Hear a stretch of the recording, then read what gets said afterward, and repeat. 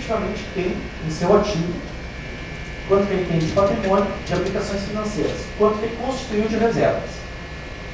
Um fundo 100% saudável, ele tem que ter o seu ativo exatamente o mesmo valor que ele deveria ter por conta da sua reserva matemática. Quando a gente olha os dados de 2013, que são os dados públicos mais recentes que a gente tem não ser a avaliação atuarial mais nova, quando a gente olha os números, então, os dados para 2013 da reserva matemática do Fundoprév, a gente vê que o Fundoprév deveria ter 5,5 bilhões de reais. Mas ele tinha acumulado em suas aplicações, aquela carteira dele, naquela época, lá em 2013, era de apenas 95 milhões de reais. Eu lembro que nessa época, quando a gente estava fazendo um trabalho com o Rafael, a gente ficava de cabelo em pé, né, quando se deu conta dessa diferença. É isso aí mesmo, pessoal, tá? A diferença é essa. Tinha que ter, do ponto de vista atuarial, 5,5 bilhões, tem 95 milhões. Isso em 2013. A gente não tem os números mais recentes, tá? Mas não dá para... não tem nada que nos faça imaginar que a situação tenha, né, super melhorado, né, desde então. Como resolver essa questão? Tem como resolver? Tem como resolver. O Banco do Brasil, aquela consultoria atuarial, sugeriu um equacionamento desse déficit da seguinte forma, tá? Deu duas opções. Opção A, qualquer uma das duas opções, são duas opções, tá? Qualquer uma delas exige uma contribuição suplementar por parte do Estado, ou seja, o Estado teria que botar mais dinheiro mesmo no Fundoprév, além da contribuição já prevista atual, os 13,25%. Então, a opção A seria uma alíquota de 8,55% em 2014, sobre a folha salarial, né? E esse valor, essa alíquota suplementar, vigeria até 2048. Outra opção para quem não quer desembolsar tanto, né, no curto prazo, seria fazer um escalonamento disso entre 2014 e 2048, aumentando ali, começando com 0,92, terminando com 9,24%. Né? São as duas possibilidades. Bom, essa foi a sugestão. A gente estava conversando antes ali um pouquinho, o diretor, estávamos falando sobre a possível existência de outras possibilidades de tentar corrigir isso. Como, né, depois a gente pode conversar, não sei, a questão de outras receitas que o Estado pode ter, como a questão de imóveis, do Estado e tal, mas de qualquer modo, depende. Eu fiz um cálculo, tá, eu não sou claro. Chegou a conclusão, no caso do professor, 50 anos, 4 capítulos, estaria com a língua, 20, na relação de quem se paga é o servidor, no caso, o homem servidor normal consegue se pagar, mas os outros são, né, por exemplo, os professores, né, segurança pública, essas outras coisas.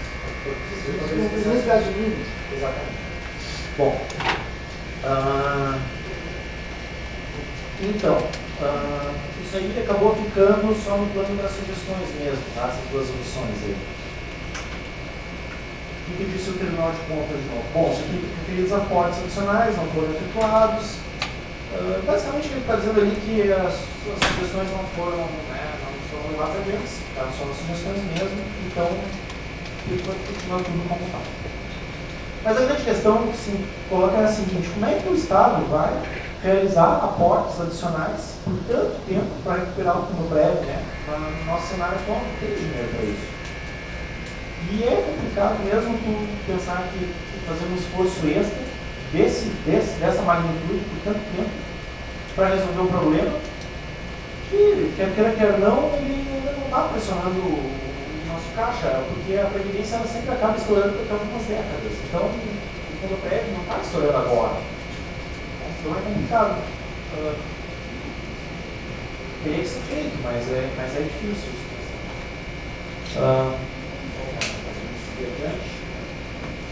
Resumo do cenário seria o seguinte: a gente tem rigidez nas alíquotas por questões legais e por posicionamentos judiciais, e a gente tem uma rigidez também nos desembolsos que o fundo precisa fazer, pela forma como são calculados os benefícios. Porque não é como na previdência complementar, que vai depender, a pessoa não sabe quanto vai receber. No fundo prévio, a pessoa sabe quanto vai receber, é uma média, calculada, as suas contribuições. Enfim. Então a gente tem, do lado das receitas, rigidez nas contribuições por questões legais, judiciais e também de caixa do Estado, porque o Estado não tem dinheiro para colocar. E do lado dos desembolsos, a gente tem benefícios fixos que não tem relação com a saúde financeira do fundo. Tá bom, então a gente vai chegar lá no futuro e não vai ter dinheiro. O fundo prévio não vai ter dinheiro para pagar os benefícios, tal como está colocado hoje em dia. De onde que vai vir esse dinheiro? Artigo 19 da lei que instituiu o fundo prévio. O Estado continuará cumprindo a função de garantidor dos benefícios previdenciários aos servidores, tanto no regime financeiro de repartição simples, quanto no regime financeiro de capitalização, independentemente do resultado do fundo prévio. O problema é que se isso realmente acontecer, então o fundo prévio acabaria não sendo uma solução para o problema da Previdência, como de fato ele não parece ser. Aquela justificativa, então, de solução estrutural para o problema, né, da Previdência acabou ficando só uma proposta no papel.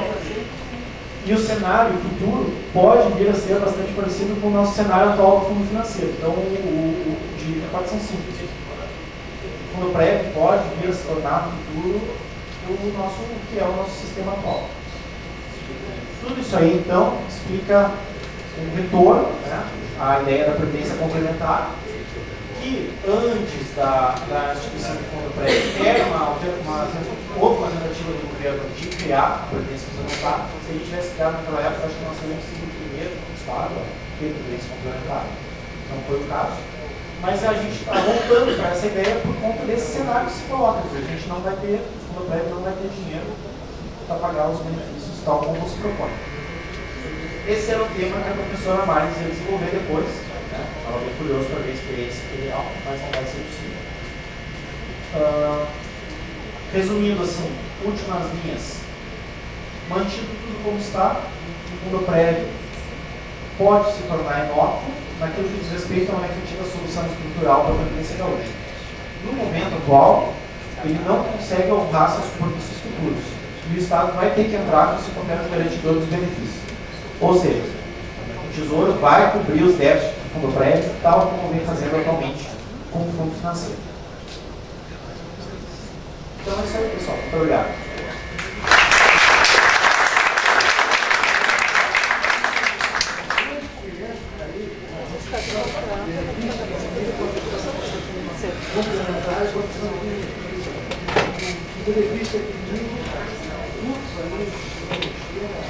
Parece como se o Estado não tivesse seguido. Parece que é um equilíbrio muito difícil de ser alcançado, porque ainda tem a questão do judiciário que te limita a questão das alíquotas também, tu só pode até um determinado nível, mas o servidor, no caso, tem uma capacidade financeira do Estado também, não vai conseguir colocar mais. Tu tem benefícios líquidos, que tu fiz, mas nada relacionamento líquidos. Então tem que ser equilibrado. Agradecemos ao Thiago pela sua fala e nesse momento convidamos a Ori e ao Pedro para retornarem à mesa, pois abriremos o espaço para dúvidas e perguntas, momento que será coordenado então por Pedro dos Donados.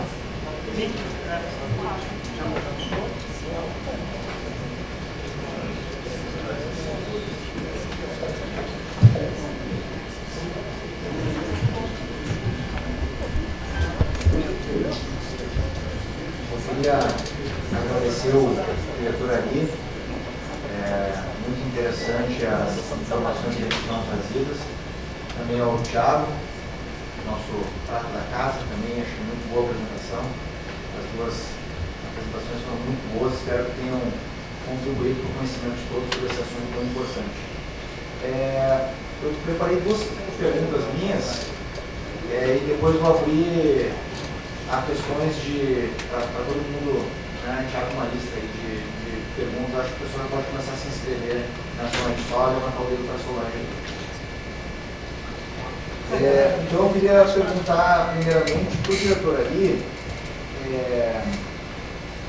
você colocou no caso ali em 2004, né, que de fato começou a haver contribuições para a Previdência no sentido previdenciário mesmo, não apenas para a saúde, né, mas no sentido de começar a se pensar numa, não de criação de reserva, porque já não tinha mais como, já estavam num contexto de déficit, não tinha mais como acumular, né, mas pensasse numa acumulação no futuro. Você acha que na Constituição de 88, quando se colocou lá que a inatividade era uma extensão da atividade, você acha que houve lá uma despreocupação em excesso, que realmente lá faltou esse pensamento que a expectativa de vida deveria aumentar, que nós poderíamos estar enfrentando um déficit tão elevado atualmente, né? Outra pergunta que eu queria fazer aos dois é a questão das regras que são rígidas, diversas regras que são rígidas nacionalmente. Então, assim, os estados são tão diferentes, o Rio Grande do Sul é tão diferente, por exemplo, do Piauí, do Sergipe, do Amapá, e ao mesmo tempo a gente tem algumas regras que são rígidas, né, nacionalmente. Até que ponto nós deveríamos pensar em batalhar para poder criar as nossas regras aqui, de maneira que nós pudéssemos tornar o nosso teste mais ameno, quem sabe, por exemplo, a idade para aposentadoria, será que ela tem que ser igual a todos esses estados? Né? Aí para o Thiago, eu queria fazer uma última pergunta, que é no caso da Previdência Complementar. Qual que é a tua opinião, no momento que tem essa visão sobre o Fundoprévio, qual que é a tua opinião sobre a Previdência Complementar? Eu não sei se foi comentado, mas não sei se todo mundo tem esse conhecimento. O Fundoprévio continua existindo, né? Só que fica limitado então as contribuições ao teto do INSS. E a partir daí então surge a ESPREV,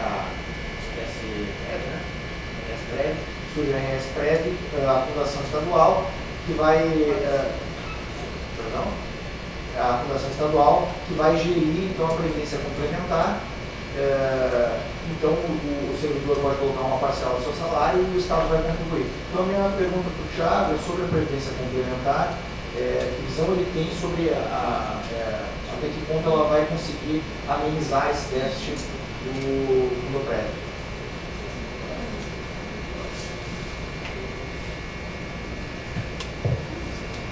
Bom, eu vou começar pela questão dos dois do Pedro, falou da questão das regras constitucionais. E em termos assim de legislação, em termos de aprovação a nível federal, o que a gente observa é que essas regras, elas estão inseridas dentro do próprio texto da Constituição Federal. Então, assim, as propostas de mudança de previdência, elas se deram a nível de proposta de emenda constitucional e em muitas emendas constitucionais está previsto lá todas as regras previdenciárias, inclusive as regras de transição. Então são textos de difícil modificação e não tem como o ente federativo aqui do Estado legislar em regras diferenciadas. A própria Constituição traz no seu bojo, dentro da emenda 20, a emenda 41, 47, a emenda constitucional 70. Então, mesmo que a gente não observa dentro do texto da Constituição Federal, mas não pode traz dentro da própria emenda alterações, que algumas vão para o texto da Constituição Federal e outras estão ali inseridas as regras de aposentadoria e de pensões. Então, fica meio engessados em se trabalhar questões diferenciadas nesse sentido. Apesar da Constituição prever que os estados e municípios podem legislar complementarmente ou suplementarmente na questão previdenciária, a única regra que hoje o Estado, em termos desses dois benefícios de aposentadoria e pensões, é que você pode estabelecer na área das pensões por morte, a diferenciação é quem são os beneficiários. Tá? Então essa possibilidade o Estado faz e faz em cima de uma legislação de 82, da anterior inclusive à Constituição de 88. Né? Então, ali no Estado, a gente faz uma extensão, por exemplo, que eu acho salutar, é estender a pensão até os 24 anos. Né? No regime geral, você tem a pensão até os 21 anos somente, independentemente se auxiliar a mulher ou filho homem. No Estado, nós tínhamos, ainda temos uma diferenciação da época da legislação, que o homem tem até os 18 e que a mulher até os 21. E a gente estende uma legislação própria nossa até os 24 anos na condição de estudante, desde que ele esteja estudando e desde que tenha aproveitamento escolar. Então, assim, há um engessamento a partir do momento em que essas regras estão inseridas dentro da própria Constituição Federal. Veja bem que a regra, por exemplo, das pensões da emenda 41, ela está dentro da própria Constituição, no parágrafo 7 do artigo 40, ela estabelece que a regra da pensão é naqueles patamares. Né? No Rio Grande do Sul, antes da própria Constituição de 88, a pensão era paga em percentuais de 45% para o núcleo familiar e mais 5% para cada dependente. Então, assim, o segurado, se ficasse só viúva independente na pensão, ela percebia até 50%. Tá? Essa foi a estrutura também que foi criada na época com uma